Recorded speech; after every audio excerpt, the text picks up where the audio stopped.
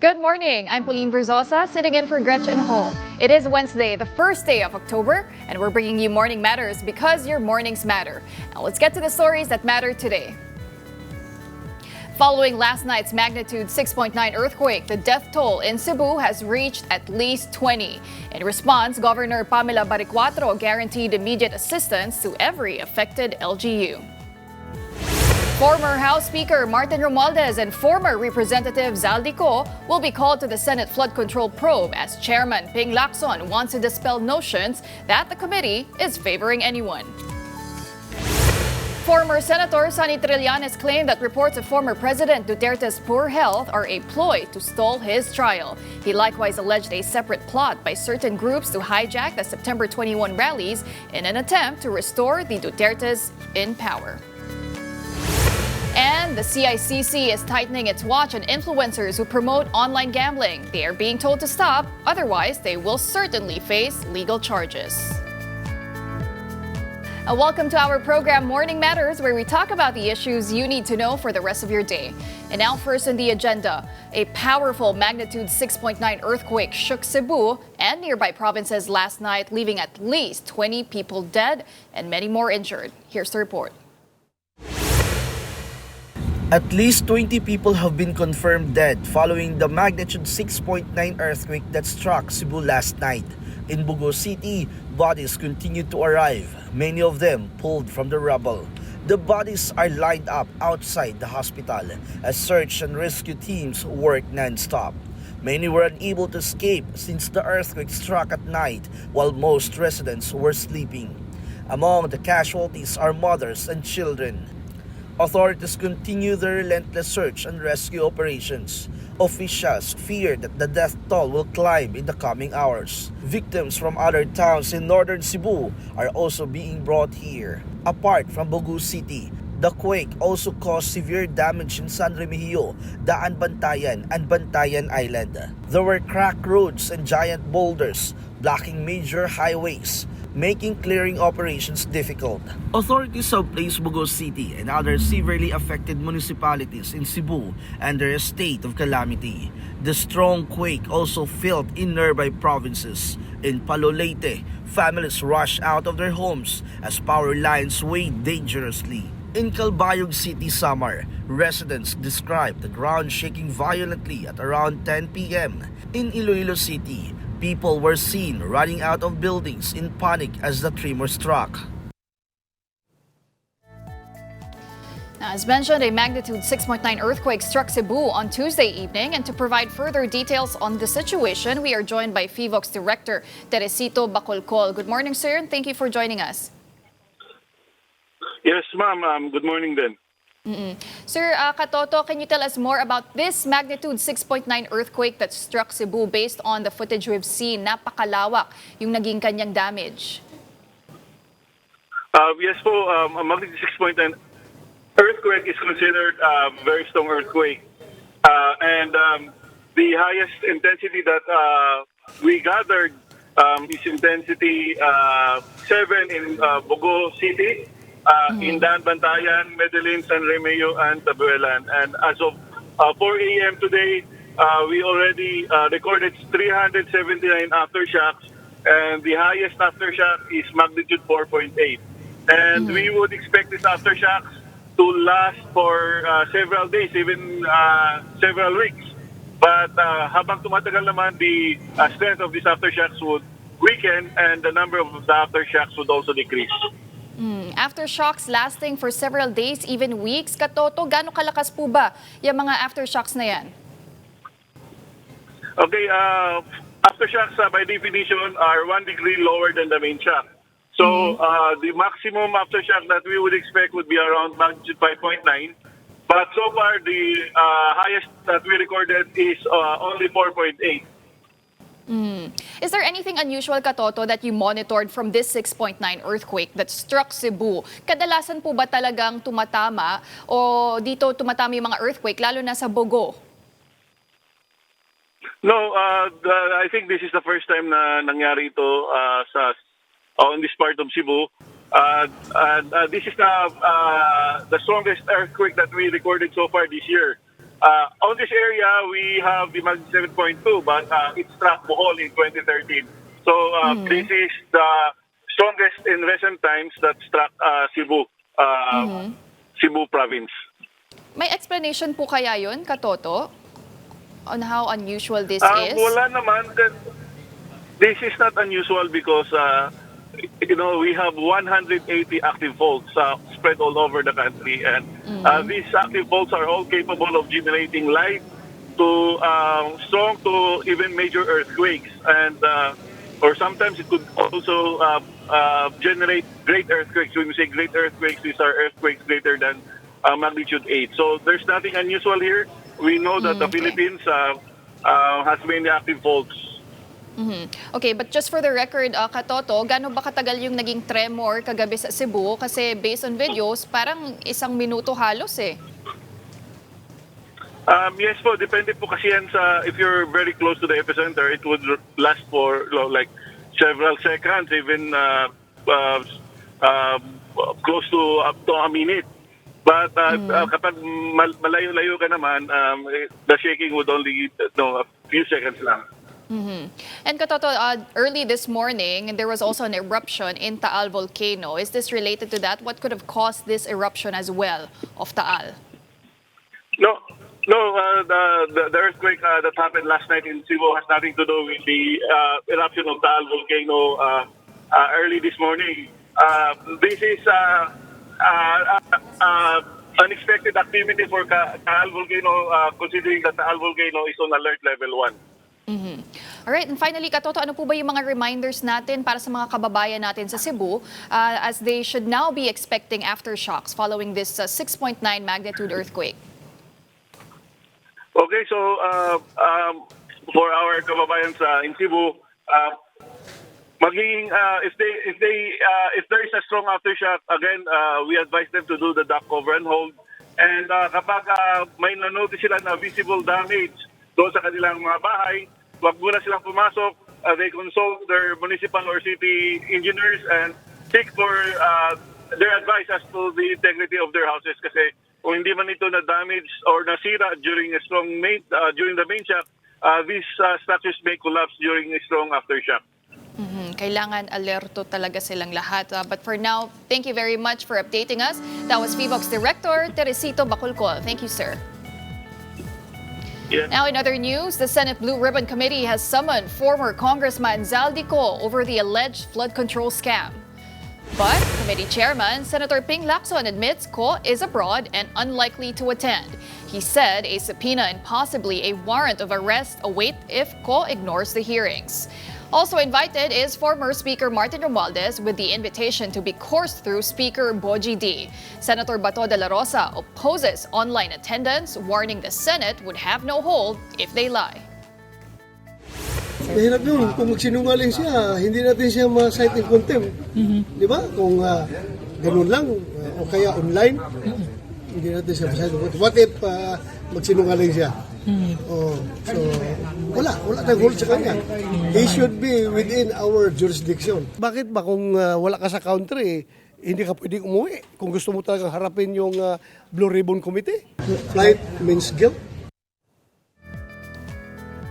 Meanwhile, allies are pushing for the temporary release and eventual house arrest of former President Rodrigo Duterte, citing concerns over his health. Critics, however, warn the move could be a tactic to delay his trial for crimes against humanity. Here's that report. Former President Rodrigo Duterte's camp submitted new medical records to the International Criminal Court to prove his cognitive impairment. But the camp of victims to his drug war believes this to be just another alibi to keep the case from moving forward. Yung timing, number one, ng mga submissions ng defense, parang suspecioso. If President Duterte, the former president, had been unfit for trial from the very beginning, as his attorney says, then why raise it 5 months after he was arrested? Right on the brink, on the eve of the hearing, confirmation of charges hearing. Second, it's one pleading, one request after the other. Former Senator Sonny Trillanes also doubts Digong is unwell to stand trial. He also questioned if there is truth to Vice President Sara Duterte's claim that the former president was recently found unconscious while in detention. Trillanes insists the ICC has a competent medical team inside the facility and that any welfare check on the detainee would require his consent. Congressman Pulong Duterte had accused Trillanes of being part of the Philippine government team that supposedly recently visited his father. Nakuha natin na impormasyon sa ICC na wala pong nangyayaring bisita kay Duterte nang hindi niya pinapayagan.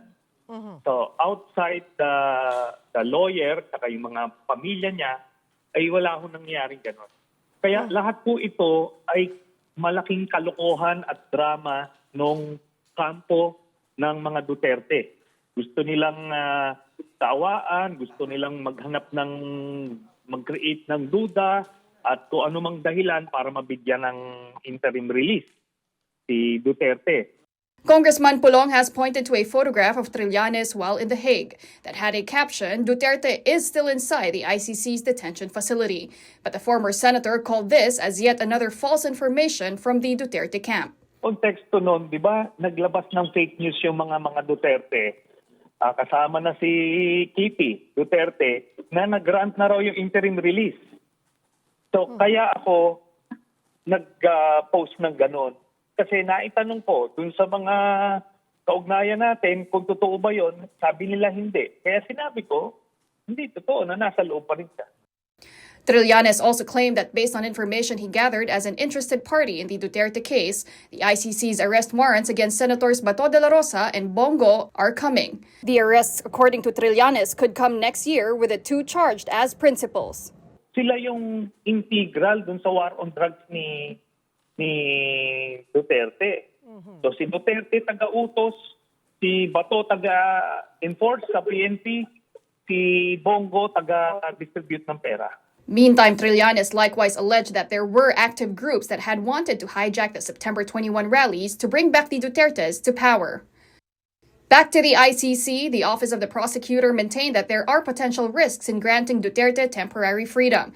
In a publicly redacted document, the prosecutor wrote, quote, "The prosecution has demonstrated through multiple filings that Mr. Duterte, if granted interim release, would be a flight risk, is likely to interfere with the proceedings, and may commit further crimes." It also pointed to the defense unnecessarily delaying proceedings through 4-1, waiting until 5 months after Duterte's initial appearance to file its challenge regarding his fitness to stand trial.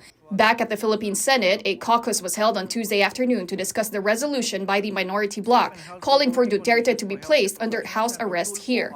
Known Duterte ally, Senator Robin Padilla defended the measure by expressing his immense concern for the former president's health condition. Kasi meron na pong matinding sakit si Tatay Digong. Sa kasalukuyan po, siya po ay meron ng tinatawag nating early signs of dementia. And up next, cybercrime officials issued a warning. Influencers promoting illegal gambling must stop now or face legal consequences. All that and more when Morning Matters returns after the short break. Keep it here on One News.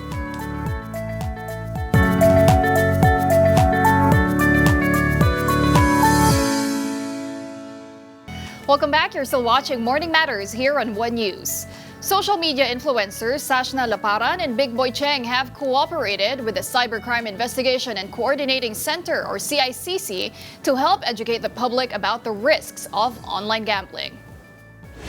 According to CICC's Threat Monitoring Center, 1,007 unlicensed online gambling websites and 146 illegal online sabong platforms are still operating in the Philippines. At least 119 influencers have been documented promoting illicit platforms through content creation, live streaming, and referral links.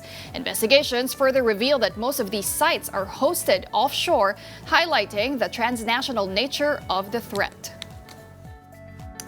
And joining us now to talk more about illegal online gambling is CICC Acting Executive Director Yusek Aboy Paraiso. Good morning, sir. Thanks for joining us this morning.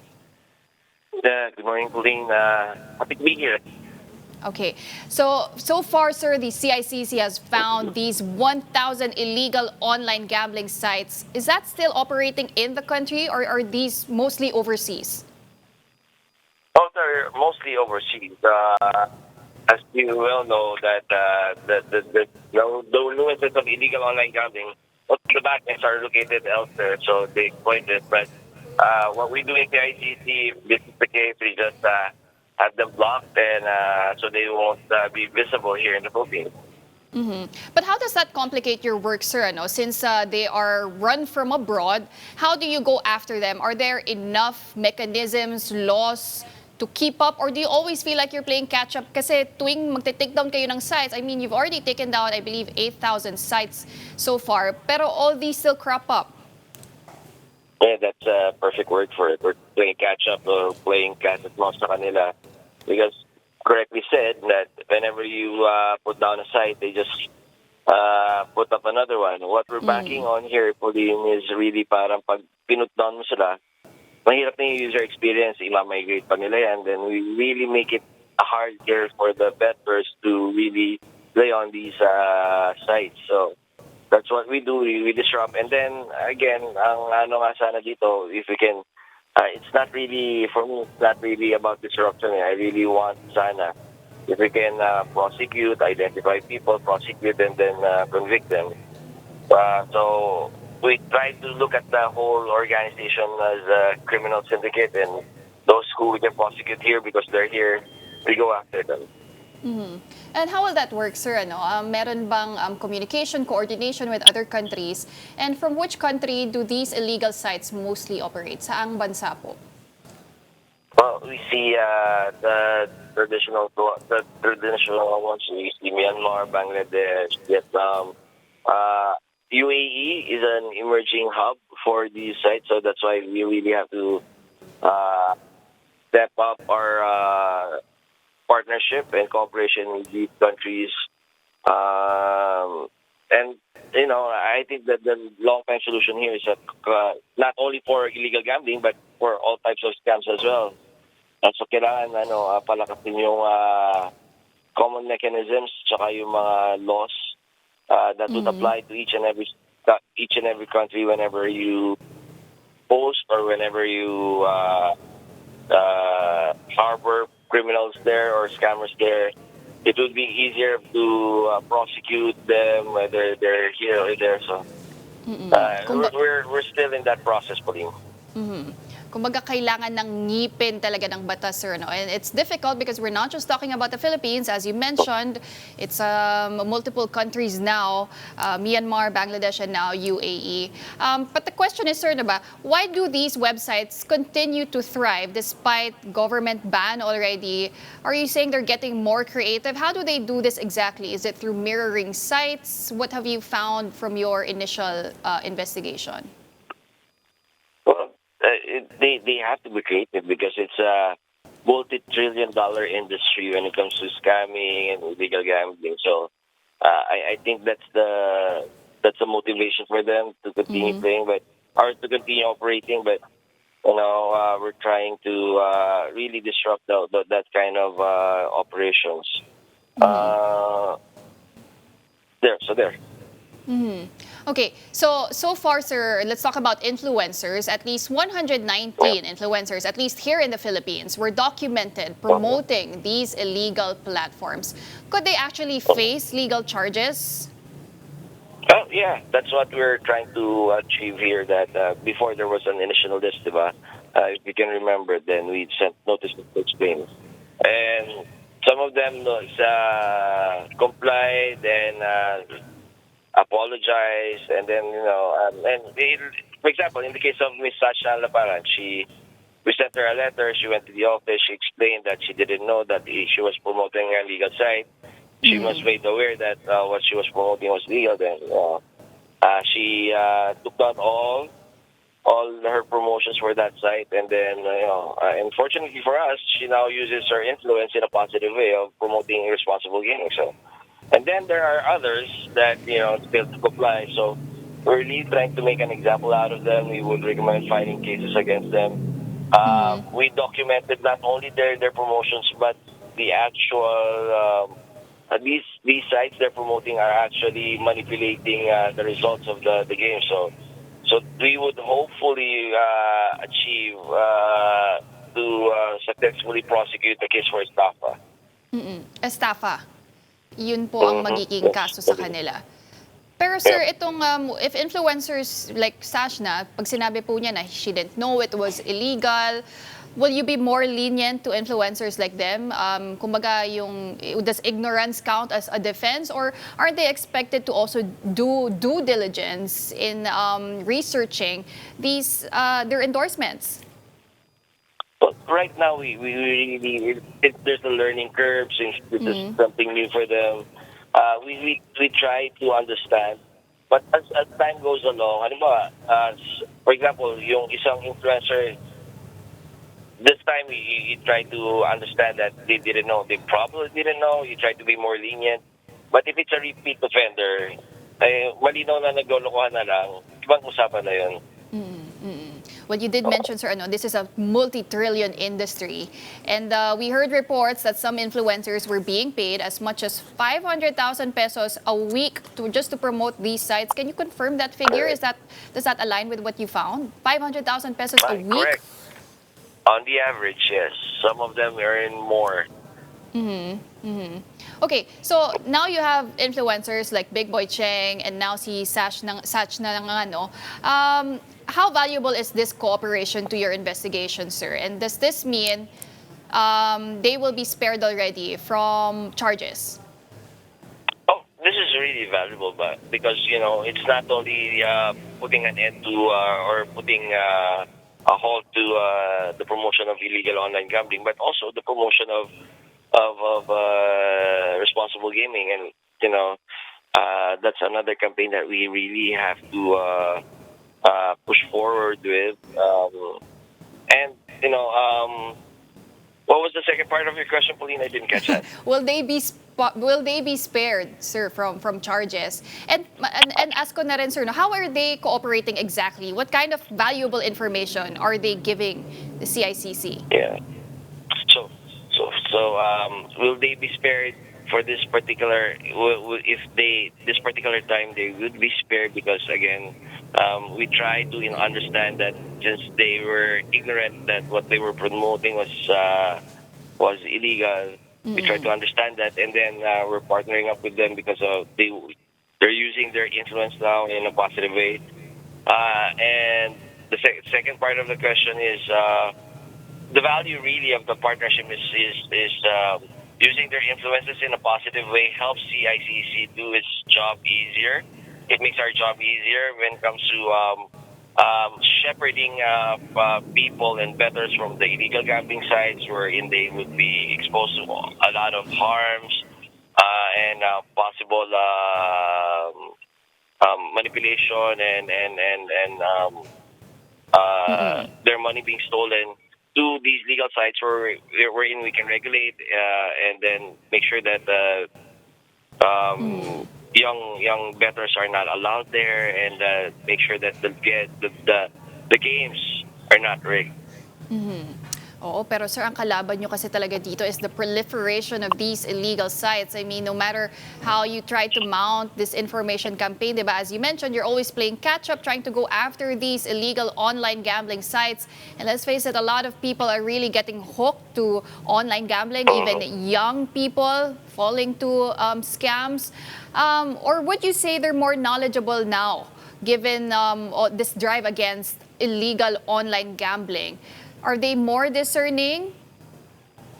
I think naman. Kasi they only came to know about these illegal sites because they follow these certain influencers. They follow their, these people that lead them to these sites.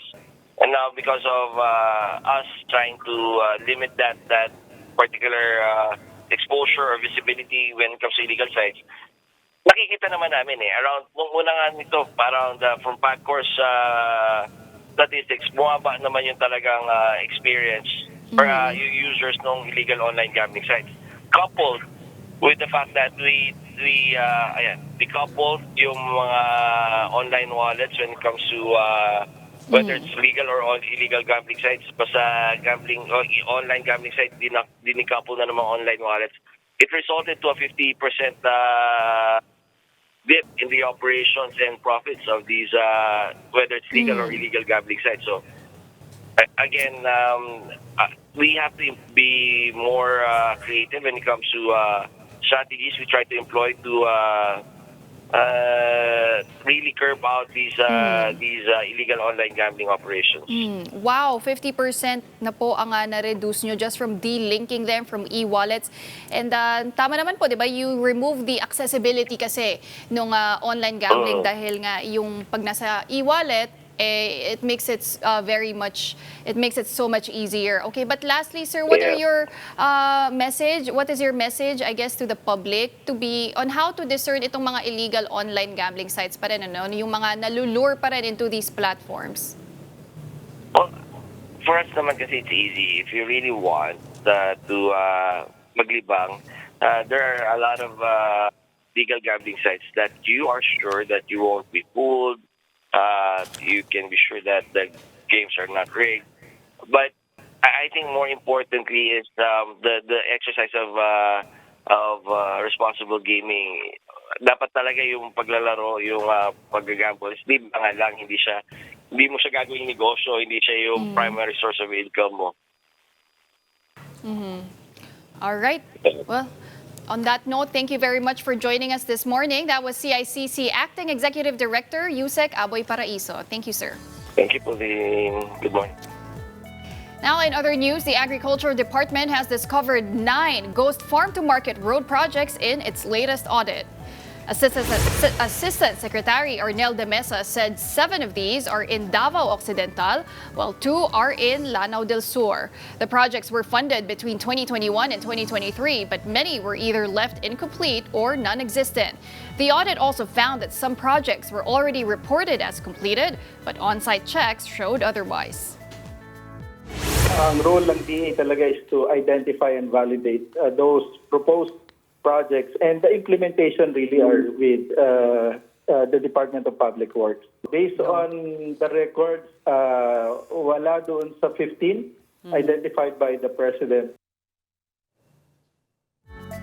Now for the latest on the weather, Pagasa is monitoring a low-pressure area within the Philippine territory. The LPA was last spotted some 1,080 kilometers east of southeastern Luzon. It has a high chance of developing into a tropical depression in the next 24 hours, or 24 to 48 hours. It will be given the name Paulo. Easterlies continue to bring scattered rains over several areas. These include Bicol Region, Eastern Visayas, Central Visayas, Caraga, Northern Mindanao, Aurora, and Quezon. Meanwhile, Metro Manila and the rest of the country may experience isolated rains. And coming right up, the province of Bulacan is at the center of the controversy surrounding anomalous flood control projects. But former Ilocos Sur Governor Chavit Singson insists the Ilocos region warrants an investigation as well. Stay with us. We will discuss it further when Morning Matters returns after this short break.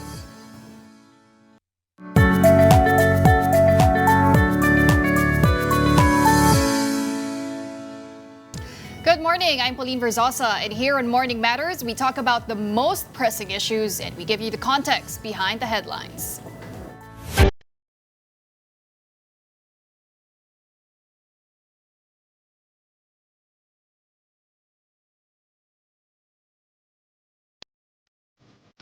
The Independent Commission for Infrastructure and the Anti-Money Laundering Council have signed a memorandum of agreement to strengthen the probe into alleged flood control anomalies nationwide.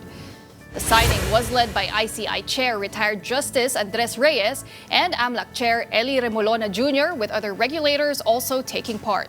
Reyes called the deal a declaration of resolve to root out corruption and to defend public trust. The ICI, just 2 weeks old, has already begun hearings into alleged ghost projects. The AMLAC, for its part, is preparing to review banks flagged for suspicious cash transactions.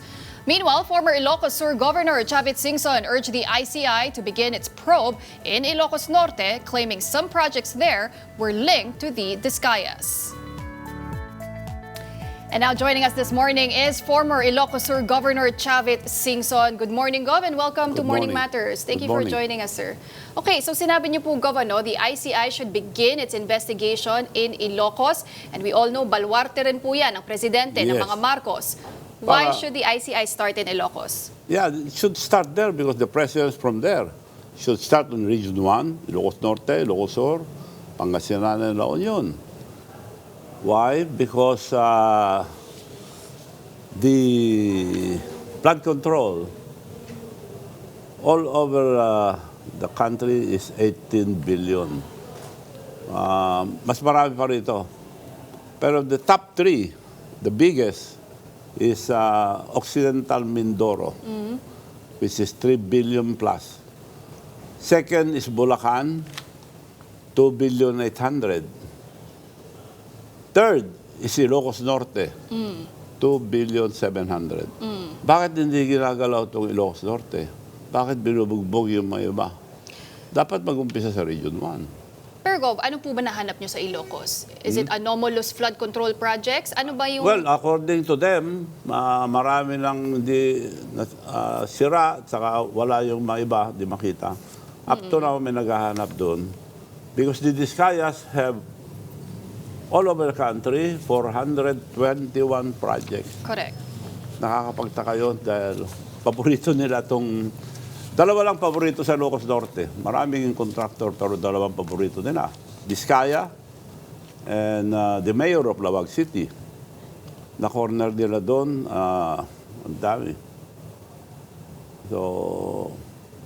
Okay, but Gov, you also called out President Marcos to look into this. So with this call to probe Ilocos and their flood control projects, are you saying may kinalaman po dito ang presidente?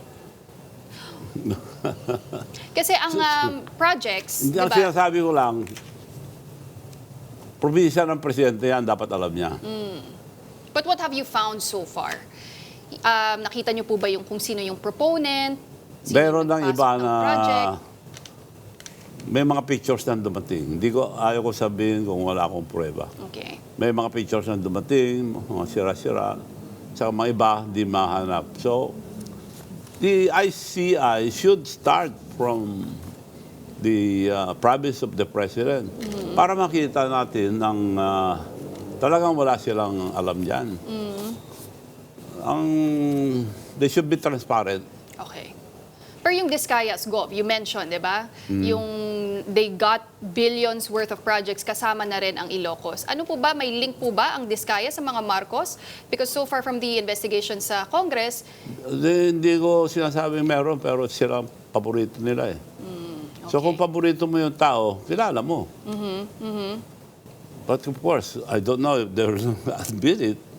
Pero bakit marami silang project doon?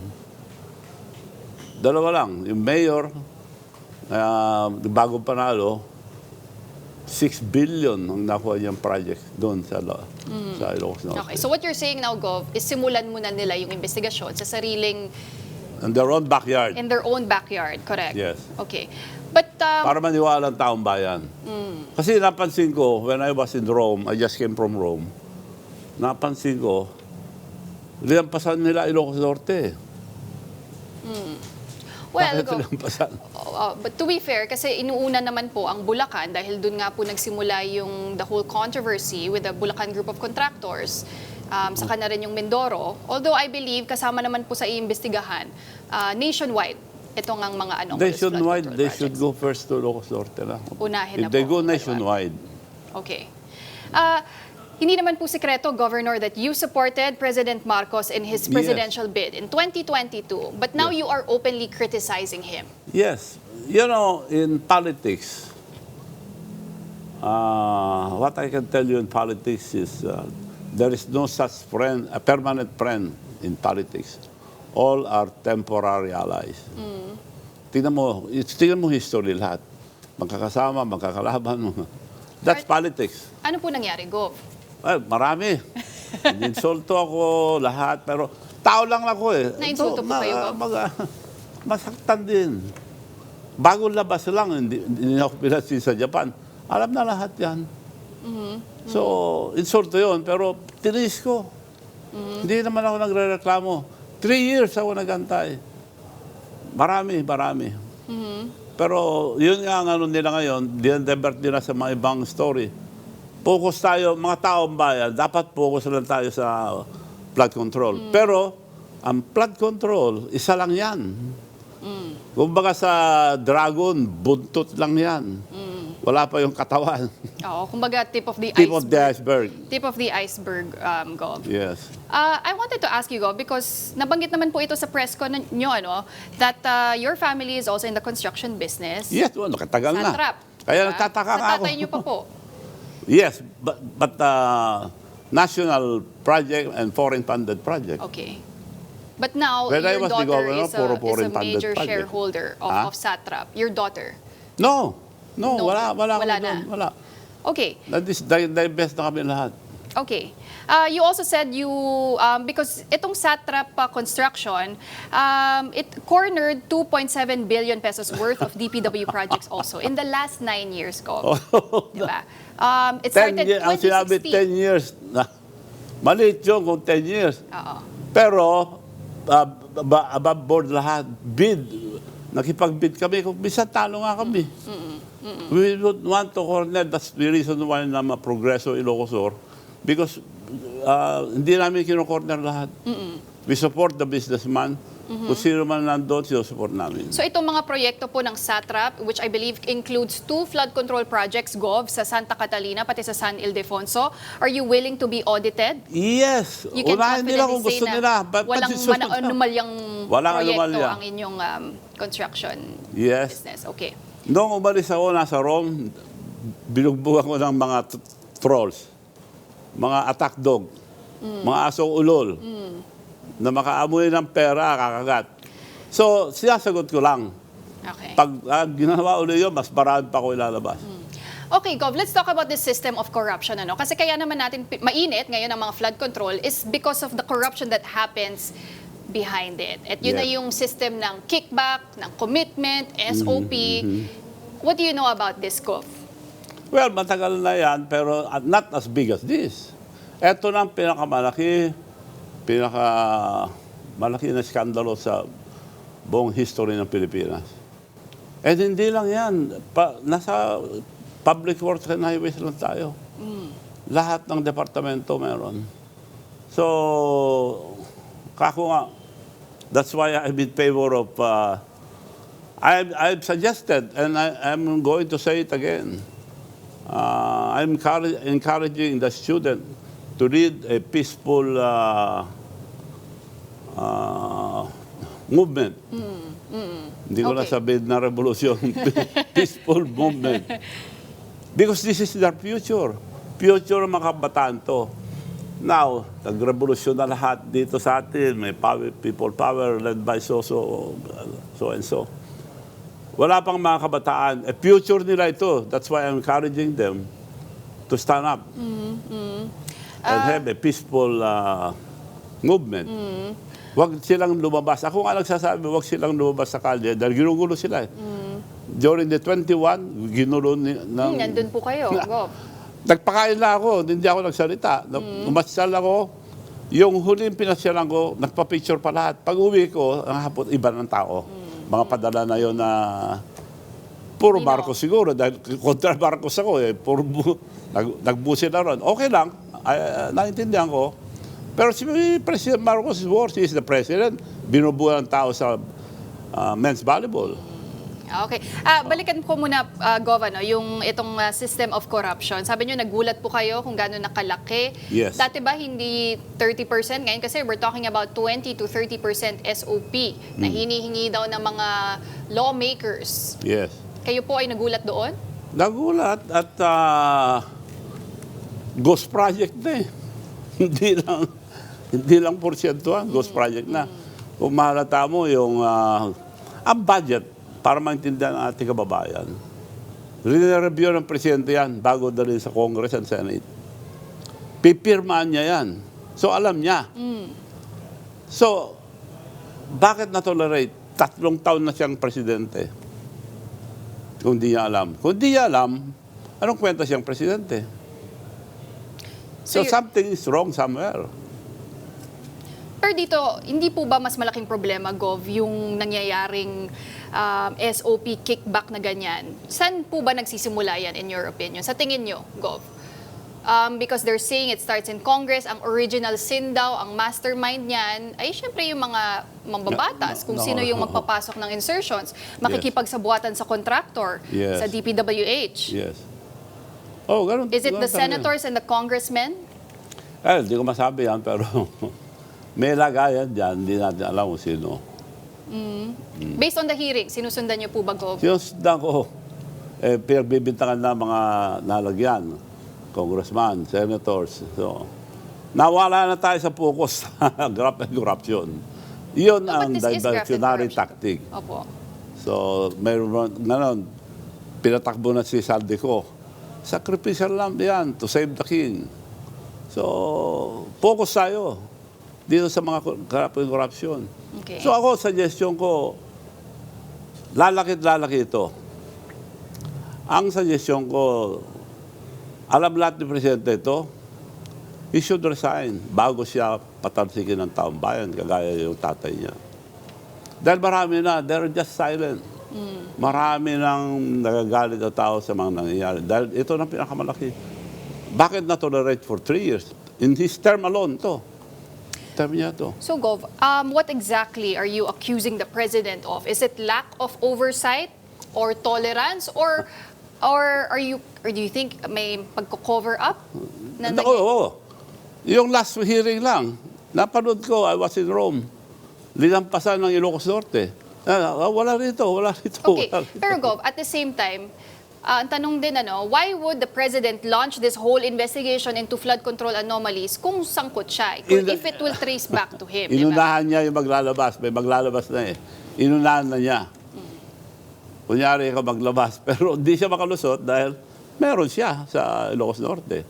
How come na nandun yung the Diskaya have 421 projects all over the country. Ang Ilocos Norte have 38 projects. So dalawang favorite contractor nila. Alam naman, hindi nila kilala. So, kung i-compare mo sa Ilocos Norte, wala kami sa flood control. So, ang liwanag na, hindi ko sinasabi na sila, pero bakit paborito yung dalawa? Yung mayor na lilaban, yun ang 6 billion ang kontrata niya sa Ilocos Norte lang within 3 years of President Marcos. So, you're talking about parang Mayor Brian Alcid. 1 plus 1 to maintindihan mo eh. Bakit na-tolerate? Bakit paborito nila itong dalawang kontraktor? Pero Gov, are you willing to push this, at least your own investigation, just like Senator Ping Lacson, di ba, nahanap niya itong mga ghost flood control projects. If you're really keen on proving anomalies po sa Ilocos Norte, the bailiwick of the President, are you willing to launch yes, an investigation yourself? Meron na iba. Nagsasubmit na yung mga tao, nagsasalita na yung mga tao. Ito, Gov, matagal na nga po kayo sa politika. Yes. And right now, we are in the midst of political turmoil, lalo na po sa Kongreso. Ang Senate at ang House of Representatives parang nagtatapunan ng putik. So, kasalanan ng mga senador, kasalanan ng mga congressmen. Nag-manifestation na po si Senator Cheese Escudero nung Lunes. And then you also have the former Speaker, Martin Romualdez, flipping the table saying DDS script lang daw yun. What do you make of all that's happening now? Wala mangyayari dyan kung hindi nila sinong mastermind. Sino po bang mastermind? Alam mo yan, alam ko rin. Hindi ko natin masabi dito. Bubugbugin tayo ng mga trolls. So you believe the buck doesn't stop with the senators and the House? No, meron. Hindi mangyayari yan kung hindi alam ang administrasyon. Okay. Tolerated yan eh. Lalabas. Bakit lumabas yung mga yan? Na parang nagtiwala sila na hindi mabubukol. Dahil nasa rin na sila. Third year na ito ni President Marcos. Why is it going on? Now, they're blaming the past administration. Okay. In every administration, meron ganito, pero bakit niya tinuloy? Yun, doon tayo, ngayon, focus tayo dito. Wala, focus na sa bintangan. pumapalakpak lang sila dyan. Yun ang gusto nila, away-away tayo. Okay. Hindi. Gov, well, some critics say, may pananaw din sila na kaya po kayo nagsispeak up on this issue because it could be politically motivated. What? Paano yun yung political motivated? 2028. Oh. Pag-usapan na po natin. So it's no secret, supporter po kayo ni Vice President Sara Duterte. He's a friend, both of them. Kung may kasalanan si Vice President, then impeach her. Nobody's above the law. So will you be playing an active role in Sara Duterte's campaign if ever she runs in 2028? Depende kung ano mangyayari. You cannot tell the future. Depende lahat yan. So for you, Gov, this is all just to fight corruption? Yes. Ano po ba ugat nito? Yes, fight corruption. But, ulit-uli ang suggestion ko. It should be yung kabataan who will lead this peaceful movement. Bakit kabataan, Gov? Dahil Why do you kung believe? kami may mga putik na binabato na, politician. Ako, open book. Kung may kasalanan ako, kung totoo lahat yung sinabi nila, pakukulong ako. Kung may diferensya yung construction namin, pakukulong. O, sino man doon. Okay, pero Gov, the palace is considering, based on your remarks po kasi, Yes. mukhang baka inciting to sedition daw po. Kulong nila kung gusto nila. They can kill me if they want to. But nasabi ko lang gusto ko, para malaman lang taong bayan. So for you, you're not They can do inciting anything. to They're sedition. very powerful. Pero baka mas masama pa sa tatay niya mangyari sa kanya kung hindi siya tumino. Gov, kayo rin po ay... Ako pa nga nagsusuport ako pa sumasagot. Nagsisinungaling na nga ako noon na sinusuport. Hindi masamang tao yan dahil nung inimbita ko tumulong, akala ko lilinisin ang pangalan ng tatay nila. It's worse now than what happened. How so? Ha? How so, Gov? Paano? Bakit mas worse sa opinion nyo ngayon? Wala Pangalan ganito ng nung Marcos panahon ni old President Marcos. Senior. Walang ganitong kalaki.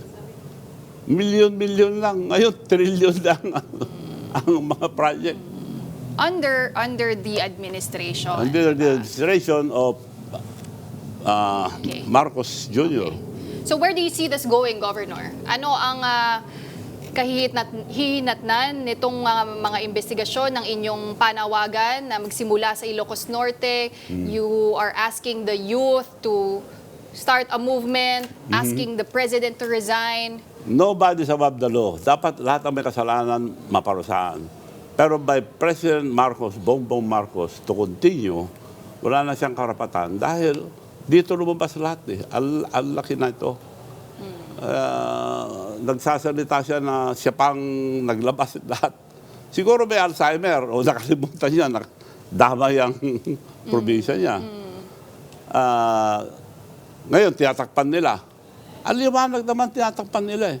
Bakit di umpisan? Bakit di galawin ang Ilocos Norte ngayon? Bakit nung Senate hearing, linampasan ng Ilocos Norte? Ang liwanag eh. Are you willing to join the hearings? Parang may reports na baka kayo daw po ay maimbita. Yes. Tawagin nila kung gusto nila. Okay. Message na lang po, Gov. Yeah. What is your message to the President and the public? Well, maawa sana sa ating bansa ang President Marcos. Bongbong, you should resign now bago kasi patalsikin ng taong bayan. Dahil galit ang tao. You don't know, silent lang ang tao. Marami na pong galit. Dahil ito na pinakamalaki. At hindi lang ito This is just the tip of the iceberg. Isang departamento lang ito. Dito na pinakamaraming graft and corruption na administration. Other departments that should be investigated, Gov. Mabilis lang, mabilisan. Ibang departamento bukod sa DPWH. Top of mind. Isa-isa lang, marami. Pero kung dalawa, isa-isa, give me two. dadami ang babato Sige. sa akin. Next time na lang. After Maraming na lang ng next time. interview. Oo. Maraming mga ulol na aso dyan na Okay. baka amoy ng pera, kakagat. Ayun. Okay. For now, thank you very much for joining us this morning Thank and you. for all those insights. That was former Ilocos Sur Governor Chavit Singson. Thank you. Maraming salamat din sa pagkakataon. Right, don't go away. We still have more matters to discuss right after this break. Keep it here on One News.